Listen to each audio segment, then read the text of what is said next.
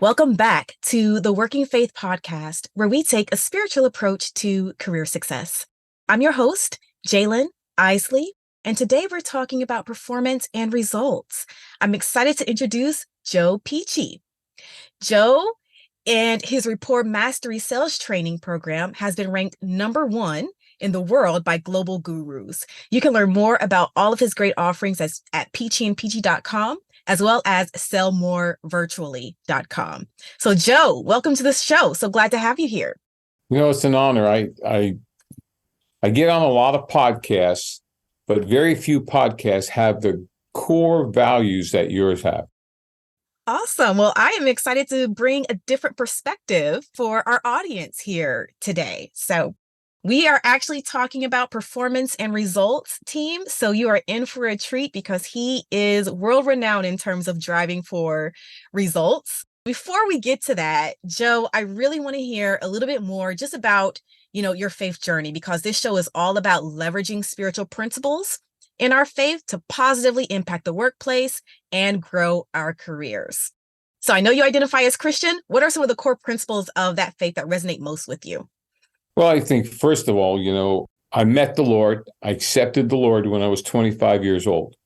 Mm-hmm. And then every year, every day, it's been a deeper understanding of who God is in our lives and how we should wear a different jacket than people that don't know the Lord.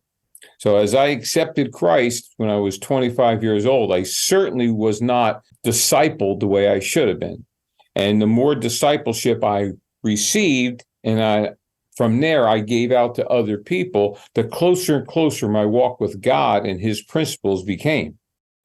Okay. And so are there specific principles that, you definitely rely on or lean on a regular basis?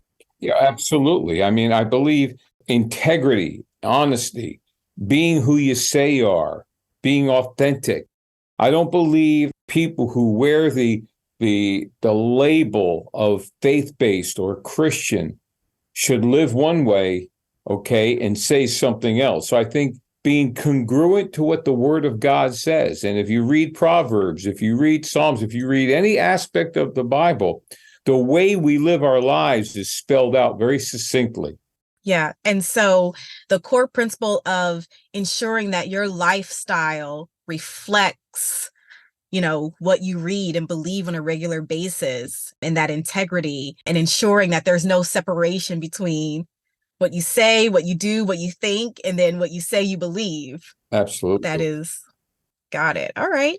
Good deal. Well, let's talk about how those spiritual beliefs have influenced your ability to perform and drive for results. Is there like a specific challenge or opportunity that you can reflect on, that you can share with us, in which your spiritual principles specifically guided your behavior in terms of getting results?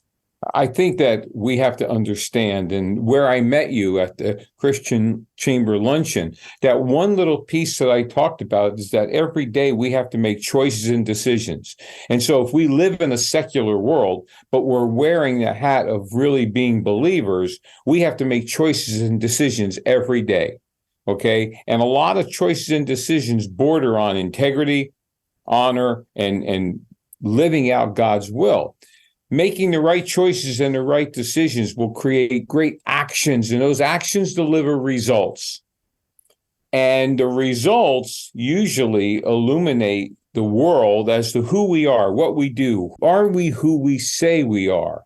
So from that standpoint, those choices and those decisions, the input that we should have there, okay, as a man thinketh, so is he. And so if we're living out the Word of God, if we're starting our day in the Word of God, those choices and decisions will not be easy, but they'll be clear. Yeah, absolutely. Has there been a time in which, like, you started the day, with the Word of God, and then something happened throughout the day and you had to like specifically refer back to what you read that morning? It's every day. Okay. Understand that 90% of my training, coaching, speaking is not in the faith-based market. I train, I coach, I speak to Fortune 100 companies. So whether it's individuals or Fortune 1 companies, When I go in there, I can't preach to them, but my actions can preach to them. So I don't think I get to 9 o'clock in the morning before I'm living back to the principles of God, because people will try to tempt you to live according to the world. And especially in today's marketplace, that people use what I call situational ethics. Situational ethics is I'm going to change the rules to accommodate myself. That's just the opposite of what the Word of God says. And so with the situational ethics, is it like a matter of, you might be asked to demonstrate inaccurate numbers or? It can be anything. And that's a great point. I mean, a lot of times people will put you in a position that you have to decide, am I going to tell the truth or am I going to lie?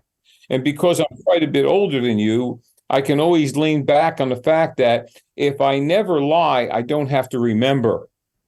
People who lie are living in a situation where they have to remember, what did I say to that person? But truth is truth. Integrity is integrity. And it all comes from the Word of God. And if we just live that life, although it may not be all the time popular, it'll create what I call congruency, or it lines up. My words and my actions line up.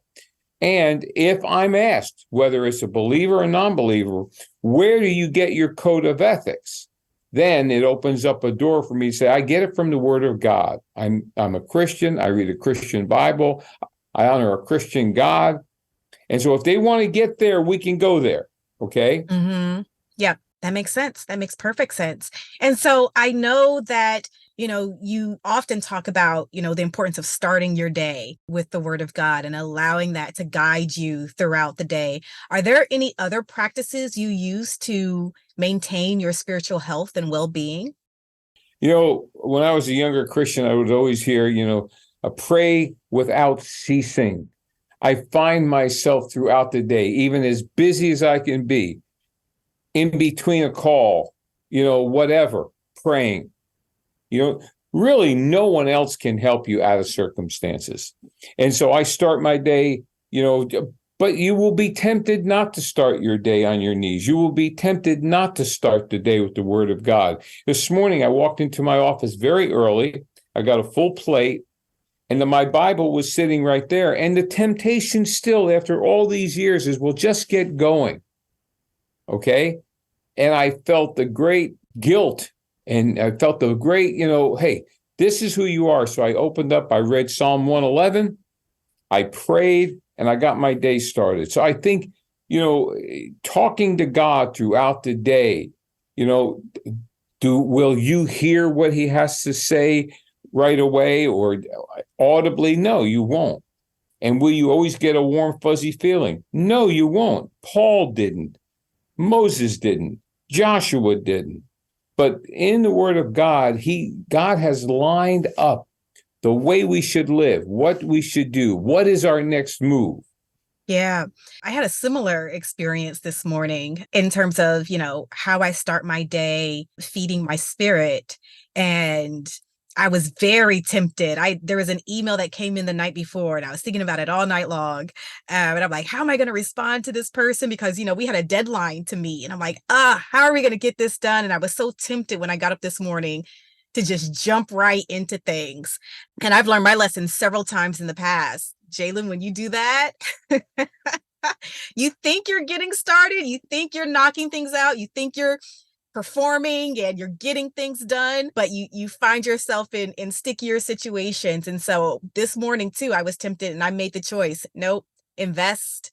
Take this time to invest and feed your spirit and make sure you are aligned with love and righteousness and truth as you move forward through your day. And it definitely impacted the way that I responded to that email and how we're able to collaborate and actually get to the results that we're trying to accomplish here. Absolutely. Yeah. So I'm always curious, you've shared so many great things today, but I'm genuinely curious, what's a tactical, practical thing that our audience can use as we gear up for the next work week? Because we all have results that we're trying to accomplish, performance that we have to do every day. So is there one takeaway or one piece of advice you can give us in terms of taking a spiritual approach to performance and results in the upcoming work week? Well, first of all, we have to make sure that our goals match what God's goals are for us. Okay. Mm. We have to make sure. And when you saw what I did, that priority and time management, I think in our Christian walk, in our walk with God, as well as your career, your profession, there are 3 to 5 to 10 non-negotiables. I would say let's attack those things first. Spiritually, a non-negotiable is I need to start my day on my knees. Okay. Inside your business, inside your career, you're also going to have things that you may not like to do, but they're non-negotiables. Attack those things. Put them at the altar. Does this line up where you want me to go? Yes. Okay. Then do the next thing. Okay. Don't put off. I had a friend who used to say, put off putting off. Do not put off the non-negotiables. Remember what I said. Yeah. What if Jesus would have negotiated with the cross? He didn't. Well, in your business, in your career, your profession, there are certain things that are non-negotiable. My challenge to you is determine the non-negotiables and let's attack those things right away. Yep. Agreed wholeheartedly. And that is the way that you actually get results. If you keep putting everything off, you're going to have the same things on your plate and life's not going to stop coming at you. It just increases. So absolutely right. That diligence, that discipline, that faithfulness to what you are supposed to be doing. And it takes that prayer time and that reflection and that reading to know what you're supposed to be doing in each season of your life. So I think that is spot on. I am so excited about that. And I think our audience, that's the challenge for the week. Put off putting off. And see where that gets you. Yeah. See where that gets you. So awesome. Well, thank you so much. It's been a pleasure having you on the show today. How can the audience connect with you and stay up to date on what you're doing? First of all, I have a free gift for everyone. Okay. Ooh. If you take out your cell phone and you go to where you text a message, you put it in the message box, Sales Edge, SALESEDGE. That's one word. If it breaks it up, put quotes around it.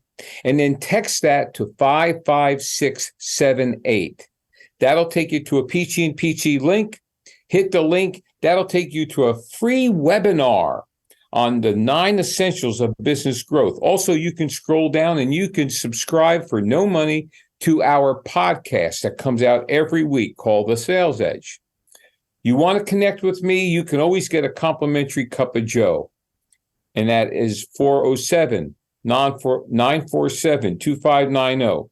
Go to our website, piciandpici.com, PICIANDPICI.com, or sellmorevirtually.com. And make sure you go to LinkedIn and send me an invite. But don't be afraid to pick up the phone. Awesome. Awesome. Well, thank you so much. And thank you all for listening to Working Faith. I hope you enjoyed today's episode. All the show notes, information about Joe Pici, and the link to submit your career questions. If you have career questions and you want to know how you can take a spiritual approach to some of the things that you're facing in your career, certainly send those over to us. It can be found at workingfaith.com. Remember to subscribe, rate, and share the show with others. I'd love to hear your comments. You can engage directly with me by joining the Working Faith group on LinkedIn. And thanks again for listening. We'll be back next week with more tips on how you can take a spiritual approach to career success and work your faith. Good day.